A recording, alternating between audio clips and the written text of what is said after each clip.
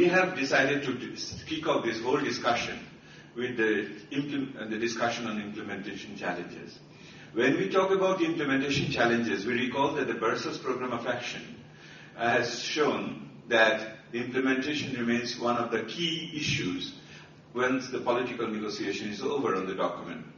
And we did identify during the review of the Brussels Programme of Action that the institutional mechanism as well as the delivery of the commitments on the Brussels Programme of Action happen to be one of the major fault lines of this activity or these commitments. So when we talk about implementation challenges, we are talking about not at this very moment about the adequacy of the program, but whatever program is there, how best we can do it.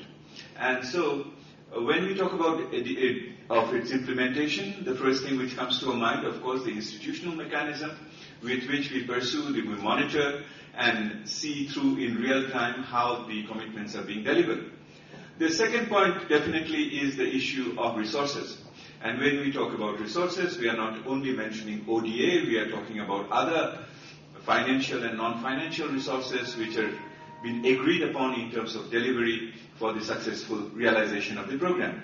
And the third and not the least important one is the political will, the political commitment in order to keep this whole program alive and keep it sustained and make it interlocked with other commitments which are there. So there are a number of dimensions over here. And to start with this discussion, I think it is always best to start with the broad view of a politician. And we are so lucky that today we have the Honorable Deputy Prime Minister of Nepal, who is the current Foreign Minister in Nepal, Mr. Upendra Yadav, to give us that big picture. Nepal is being our opening speaker, not only because the country is a very, very exciting one, a beautiful one, and no less that it's a neighbor of Bangladesh, but more importantly, I think that Nepal is the current coordinator of the less developed countries at this very moment. They are playing a very, very important role in Geneva and in New York, and at this moment in Istanbul. So the Honorable Deputy Prime Minister could make time for us. It's very gratifying, and he will have to rush back to chair another session at 10 o'clock. So he will be our opening speaker. And just to let you know that Mr. Upendra Yadav is the second-time foreign minister. He was earlier in 2009 in this particular government, in the coalition government. He was the foreign minister. He is the president of the Madheshi People's Right Forum, and it is the fourth largest party in the parliament at this very moment. He is a very, very well-known and respected political leader in Nepal. And so we are very happy to welcome the Honorable Deputy Prime Minister. Sir, you have the floor.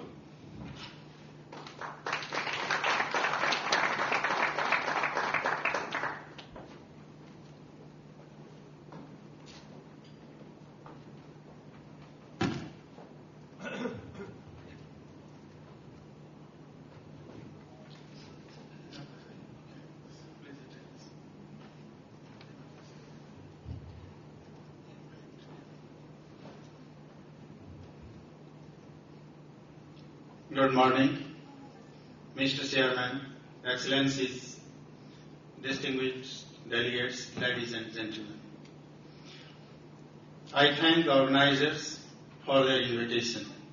I would also like to express our deep appreciation for the gracious hospitality of Turkish government and for the excellent arrangement made for the LDC conference. As we all know, LDCs are economically weak, poor and vulnerable.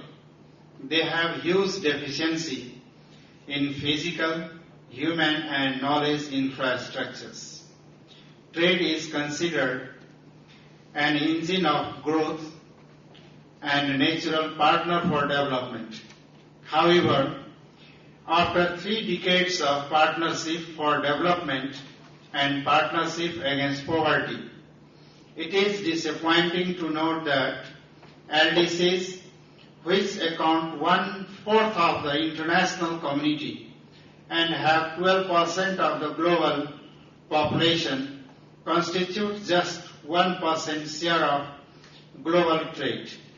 As if it is not enough, new and emerging challenges have hit hard the LDC's disproportionality for no fault of theirs. The crisis have pushed additional people into poverty and hunger zone. What could be more disgraceful and ethically and morally wrong?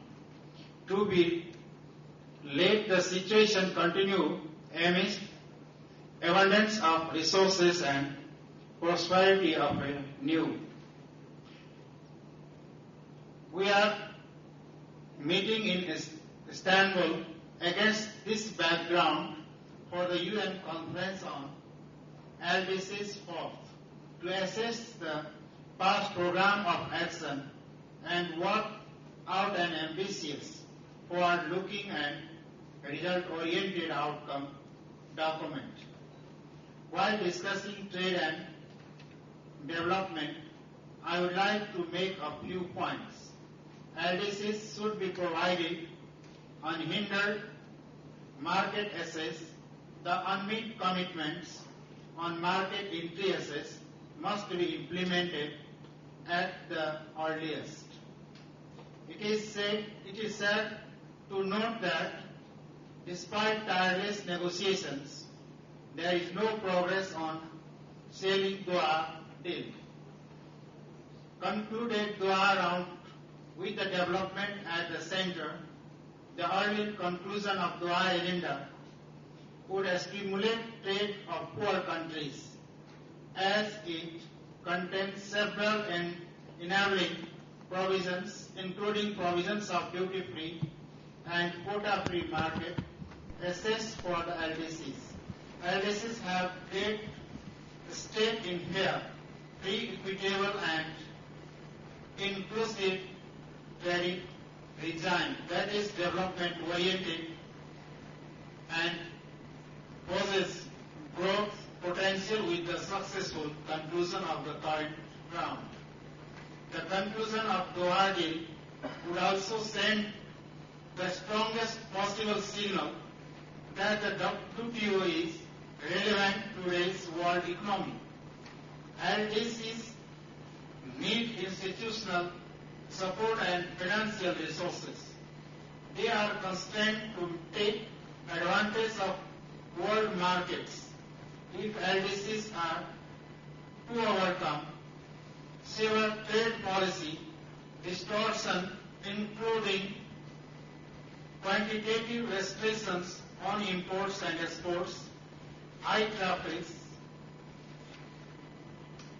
and administrative bottlenecks should be removed.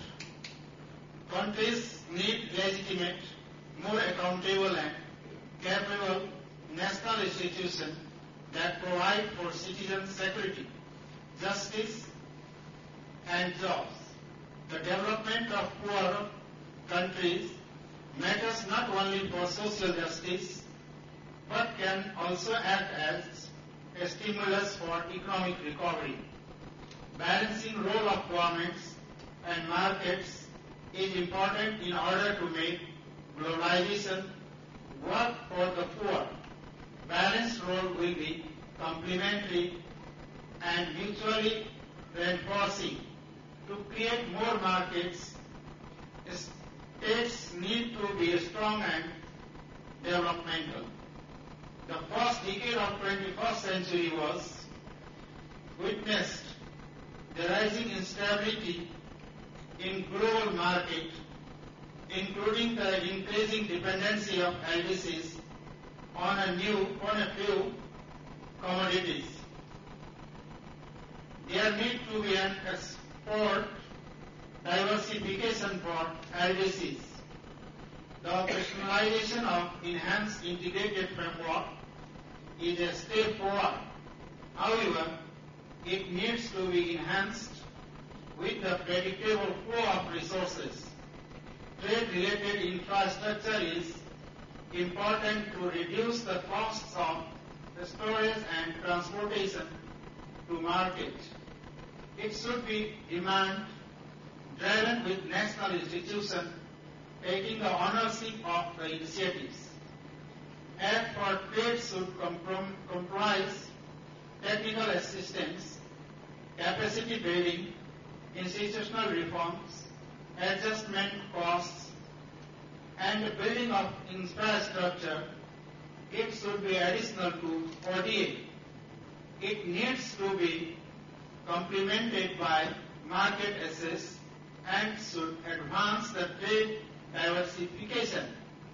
Trade is an instrument for poverty reduction. Poverty and conflict are seen to be going hand in hand. Trade should be promoted to promote peace and stability. Accession of LDCs to multilateral trading system is about their integration and universality of the WTO. Without LDCs on board, no multilateral institution can function meaningfully and effectively. Istanbul is an opportunity to correct this situation, and for this political energy is needed. Let us hope that the political commitment will be demonstrated in this historic city that connects the East and West, will work as also a base between the powerless and powerful countries of the world. Thank you very much for kind attention.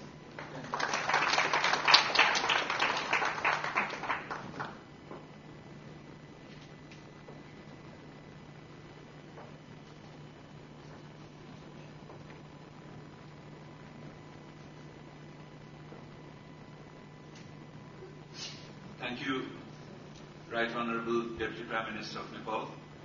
Thank you very much, sir, for your very broad spectrum issues which you have raised regarding the LDCs and highlighting the less than enthusiastic circumstances within which we find ourselves in this conference. It's not only the global crisis, but also sometimes the negotiation crisis can also be overwhelming in certain cases, which it happens to be there. But most importantly is that Mr. Jadhav has concentrated on possibly the most disturbed or most agitating issue at this moment, the trade negotiations. And he has rightly emphasized the long-standing classical demand, still unmet, of the LDCs, that is the duty-free, quota-free market access for all products from all countries, and for which the Hong Kong Ministerial of the WTO remains as one of the guiding light. But at the same time, we have heard that it's not only the tariff barriers which we are talking about. He has dealt with the non-tariff issues and the quantitative restrictions which are often being put on. And in the context of the crisis, these things have become more and more important. But you may have also followed that the Deputy Prime Minister has alerted us to the issue of increasing commodity dependence of the LDCs, and in the context of the volatility of the market. And he referred to the word volatility a couple of times. Usually we are used to the word political volatility, but in this case we are dealing with commodity prices volatility, which has affected these LDCs very, very severely. So the diversification, the supply side strengthening, these are all issues, the challenges which are out there. And we are very pleased that the Deputy Prime Minister has highlighted or underscored the need for political commitment in all this from all parties concerned in this particular case. Thank you very much, sir, for your very, very enlightening presentation.